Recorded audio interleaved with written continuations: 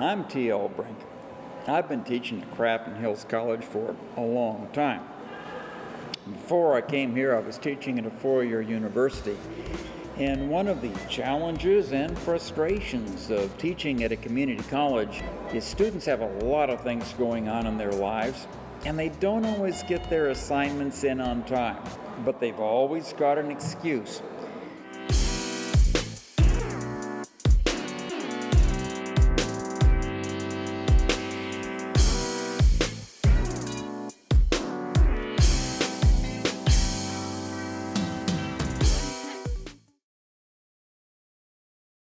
One of the things I do not like is having to listen to those excuses and having to figure out which excuses have some merit and which excuses don't.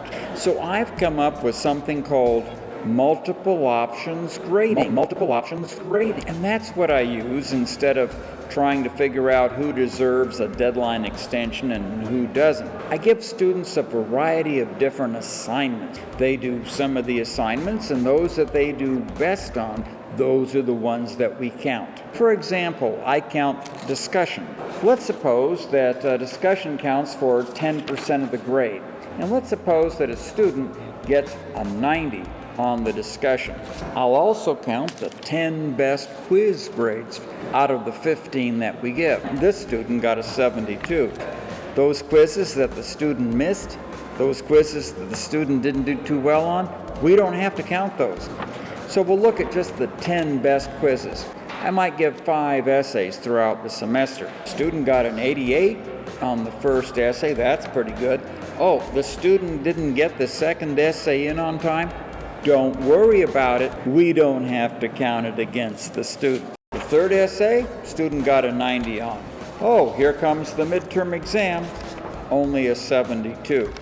Here's essay number 4. Really good, a 92. Here's essay number 5, a 90. Yeah, we'll count that too. We can count the final exam up to 5 times. In other words, 50% of the grade. Suppose the student got a 90. Well, we're going to count that 90 5 times. So the student really did well. We'll count that for its maximum possibility.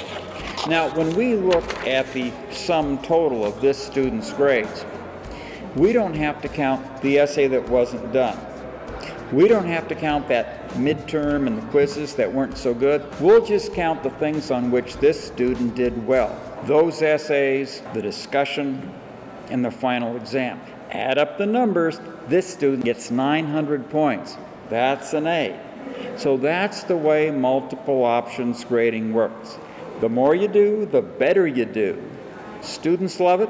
It's a little bit more work for the instructor in terms of the calculations, but I'd rather do that than listen to a lot of excuses.